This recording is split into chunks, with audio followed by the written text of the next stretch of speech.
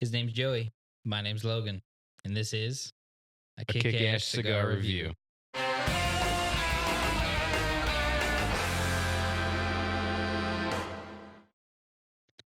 We're back, buddy. We are back. Another review. Another review. Tell them what we got today. Tonight we are smoking the highly anticipated Alec and Bradley Gatekeeper. I'll read a little bit about this cigar. You heard that right. It's Alec and Bradley. Those are Alan Rubin's sons. Alan Rubin is the founder and the mastermind behind Alec Bradley Cigars. Gatekeeper comes dressed in an Ecuador Havana wrapper over a Nicaraguan binder with fillers from the Dominican and Nicaragua. Its smooth, rich profile is accentuated by notes of cedar, nuts, and leather. And the construction is what you would expect from the factory that produces such great sticks as the Prensado, which is an Alec Bradley cigar. This cigar is the result of a great man passing along his wealth of knowledge and skill to the next generation. Judging by the excellent results, our industry has nothing to worry about. That said, no disrespect to Alec Bradley. I haven't been a huge fan of a lot of Alec Bradley cigars. He's had some that are good, typically very good flavor profile-wise, but I've had a lot with construction issues. So I'm pretty excited to get into this, see what his sons do. Well, they said it tastes like nuts, Arnie, so we know you'll like it. Probably. I do love a mouthful of nuts. What I just went to smell this, and I smelled my cutter. I saw that. I wasn't going to say anything. So it's very like kind of veiny. God damn it. I mean, it is. It is kind of like almost like I don't know. I wouldn't say it's like toothy. I guess it kind of is a little bit. It's kind of like almost like rugged to me a little bit. You know what I mean? Like it's got some like some bumps, some creases, some. Can you stop? Can you just stop? It's only getting worse from here. I'll just shut up. Draw got a little better once I started screwing with it a little bit. It was a little tight there at first. So we're going to light it up, see what we think. Cold draw is very sweet. Yeah, it is. It's very creamy and yeah. This smells like just chocolate to me. Just straight chocolate. I would agree. Chocolate and earth from the foot. Mm-hmm. Light her up. A little bit of Probably need something with some butane. God, this video is just going wrong from the jump, dude. Just making it sound like we're talking about dicks and then fucking not having a torch. You didn't bring your matches today, man. I brought them. I'm just not using them. No. You know, I wanted to try to, for my reviews at least, not, get a wonky burn with matches and so forth. I don't light with matches too often, so I didn't want to get a wonky burn from the matches and be like, well, that's what I've been running into with every other Alec Bradley I ever had. I understand. Alec Bradley is very, the name's been around in the industry for quite a while, and I respect everything he's done, and there's some Alec Bradley cigars that I really actually enjoy thoroughly, but like I said, I've just run into some construction issues in the past, so haven't really favored too much. It's interesting, like, it's almost like a dual layered band. Mm-hmm. It's kind of a intriguing design. The band is really cool. Yeah, I don't know how they might be able well to. You can see that, but we're gonna have pictures posted up of it, of course, or you could use Google as well. But the band to me looks very Caldwell-esque, and in fact, when I first saw it, I was like, "God damn it, Robert released something that I missed out on." Right.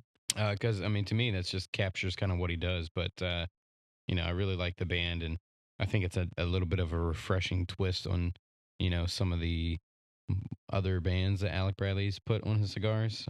This one's very cool. Super cool, like a Julius Caesar looking type statue thing there. This is cool. Right off the bat, good smoke output. The draw's good for me. It is very nutty.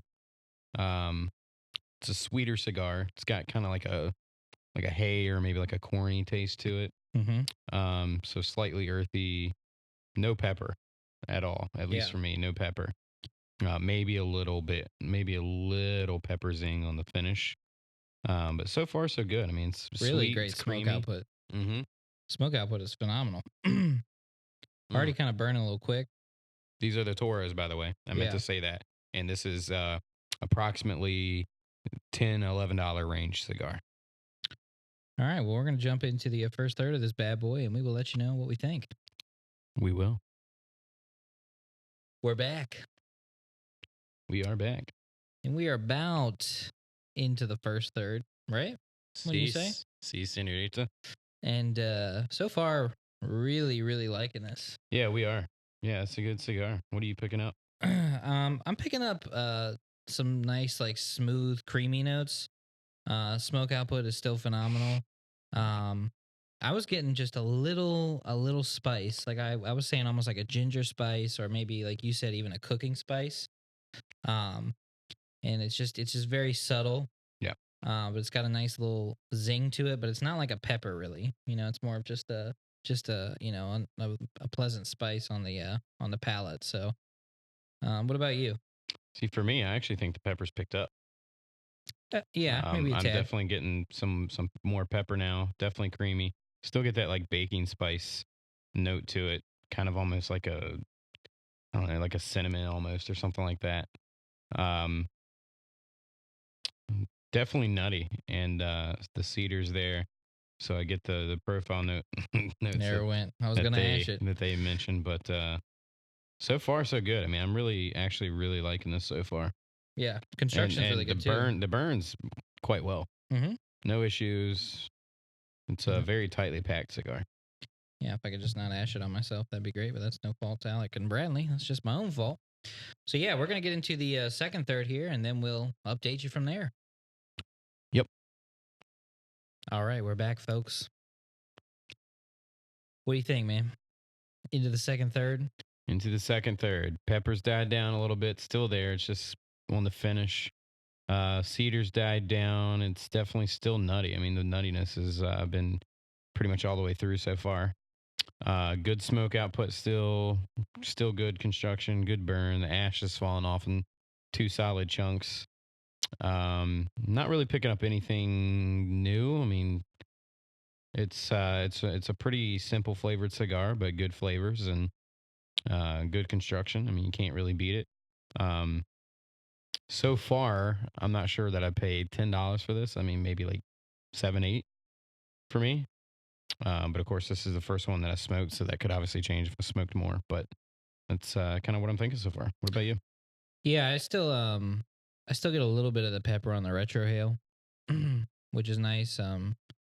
Do agree it's just super nutty, almost almondy. And then still just some of that spice going on. Very consistent all the way through. The flavors pretty much stayed the same. Wouldn't say there's been too many heavy transitions. Maybe just the pepper kind of coming in and out. But yeah, I like it. I'd say you're right. $10 is probably pushing it a little bit. Not that, I wouldn't probably buy one again for $10 though, because I have enjoyed it. Mm-hmm. I think the most enjoyable part for me still is the smoke output and the draw. It's just very perfect. Level of smoke output, and leaves you with a good clean mouthfeel. I find as well. Yeah. So really, overall, I don't have too many complaints about it. My construction's pretty spot on as well. So yeah, let's finish this bad boy up and let them know our final thoughts. All right, folks, back to wrap this thing up, and gotta say, I think we're both maybe a little bit disappointed in the final third. Yeah.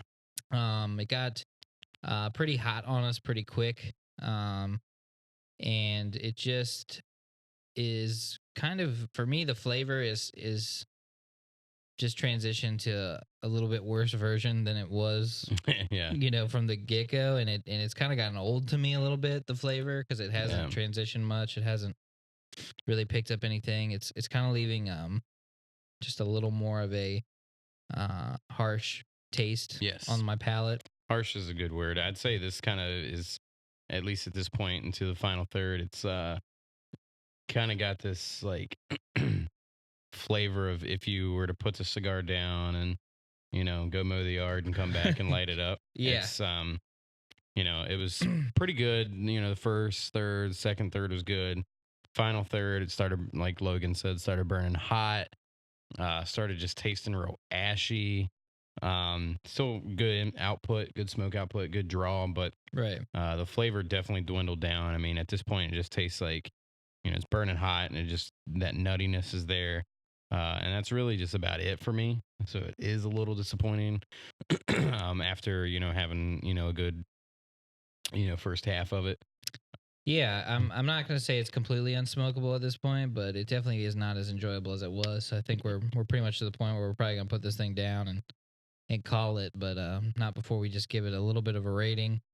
And I think we kind of just talked about it before, thought of our ratings separately, and then showed them to each other, and we both had the exact same rating, which for us was an 89. An 89. Yep. So I mean, this is a cigar I would definitely revisit. Again, probably not at the $10 to $11 price range that I see a lot of 5-packs going for. Again, I'd probably pay like, honestly, we talked about this on our last, the episode I smoked a JSK toothpick on, which is like a $5-6 cigar, which was phenomenal all the way through. I would probably pay like $5 for this, honestly. I mean, yeah, and we don't know. I guess we got it from our B&M, which tends to not be competitive with the online pricing. But did you look up online pricing as well? Yeah, was it about 10 there too? Yeah, it was about $10.90. So yeah, so I said about $11 for this. I mean, it's definitely promising. I don't believe that we both got duds. It just started to just lose its touch in the final third for us. Yeah, we both kind of noticed it right away. Yeah. But I would definitely smoke it again. I suggest you picking one up and at least trying it. I mean, it is a pretty good cigar. I don't think it's one that I'm in a super big rush to smoke again, but I would definitely check it out at some point. But 89, Alec and Bradley Gatekeeper. Here you guys go. And as always, have a kick-ass day.